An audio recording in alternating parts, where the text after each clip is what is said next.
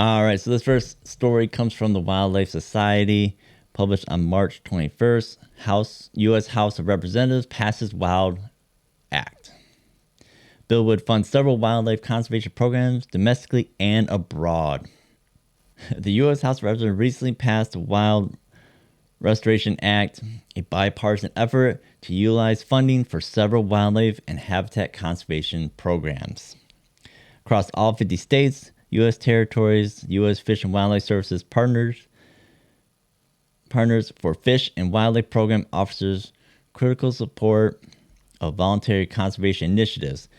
Various organizations, including landowners, tribes, and nonprofit interested in providing and improving habitat, can apply for free technical and financial assistance through the program. Has made possible more than 50,000 projects, including the restoration and management of 6 million acres of forest, prairie, wetlands, and stream habitats since 1987. The Wildlife Society supported sustained funding for the Partners of Fish and Wildlife Program, demonstrating a commitment to collaborative federal conservation efforts. So basically what these are is, if you've ever seen them, they're basically, you can submit for a grant.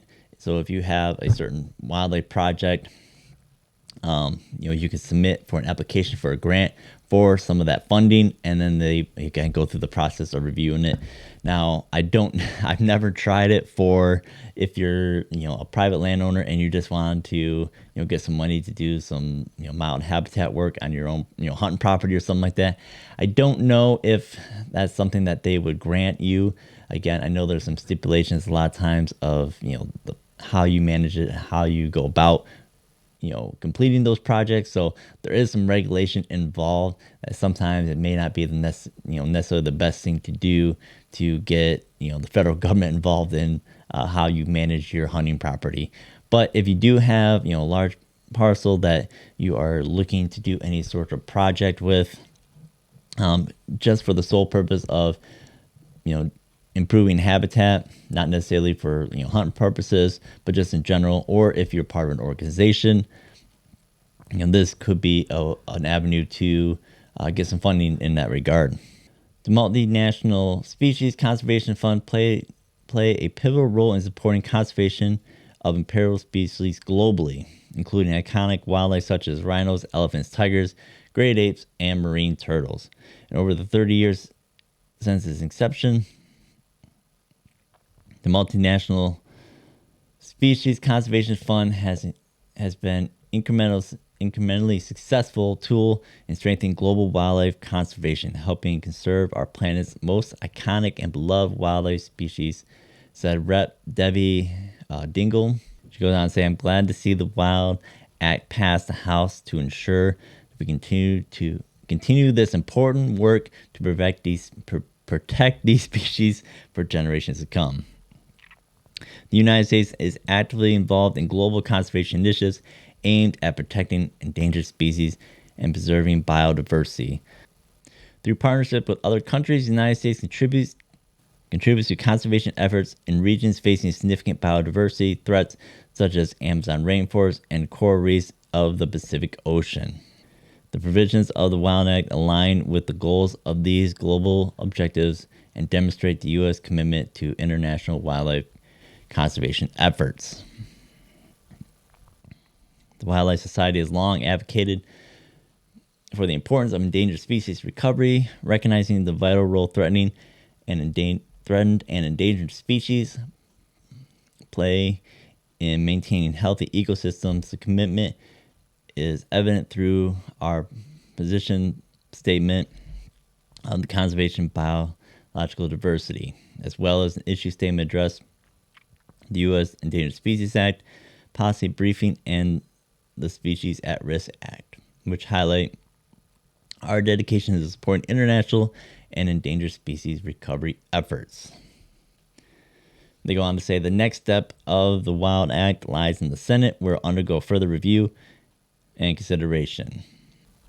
And then they close it out with the Wild Act enables the U.S. Fish and Wildlife Service to promote voluntary conservation here at home, while also ensuring the United States remains a global leader in protecting some of the world's most beloved species. He emphasized the bill's significance in maintaining the nation's commitment to domestic and global wildlife conservation efforts. So, it's good to see that, as much as, you know, Congress and whatnot don't agree on a lot of things, at least they still are putting effort into these projects that provide, funding for habitat work, for wildlife. Now, there's you can talk about, government overspending on the federal level, and sending this money abroad, as to, are we ensuring that the money that's being sent out globally is going to the resources that we are intending them to. Again, you can get into a lot of the weeds of talking about that type of topic, where in regards to how that money is being spent and ensuring that it is going to what it's supposed to. And this does kind of bring up, kind of reminds me of previous administrations that, were so focused on, certain initiatives, protecting certain wildlife by banning hunting, especially in regards to trophy hunting, if you would, permit me to use that term. But, the one thing that I think a lot of times gets missed is that, hunting opportunities and the licensing and the amount of money generated from hunting that goes back into conservation wildlife, protecting wild animals, that is something that gets missed a lot by a lot of our representatives, as well as from the general public. The idea that you're going to protect so many animals by banning hunting, when, especially overseas, we've seen, the exact opposite, where the moment that, the incentive to be able to go out to do these safaris, to hunt, in other countries, and not being able to bring back your trophy or bring back the animal,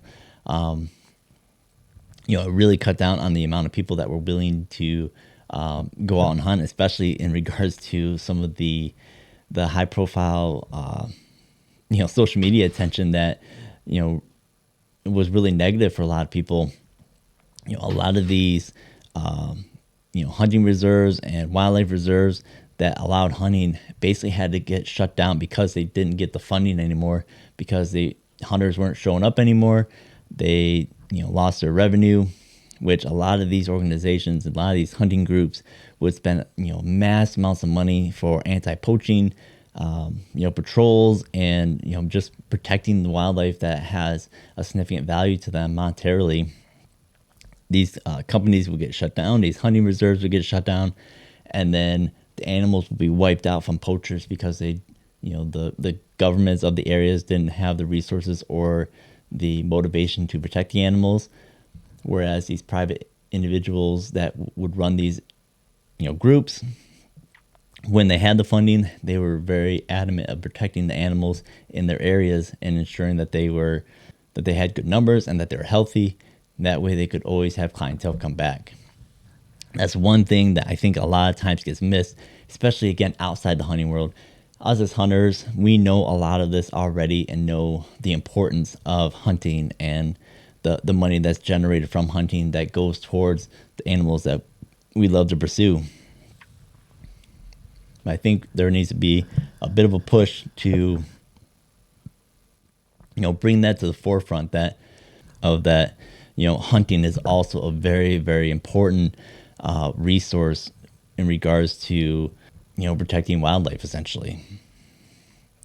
But interesting story. We'll see what happens in the Senate. I don't foresee any significant reason why there would be anyone that's really against this. In a political sense, it's kind of a win-win that you don't want to be the one that goes against, it gets labeled as the person that's against protecting wildlife, essentially.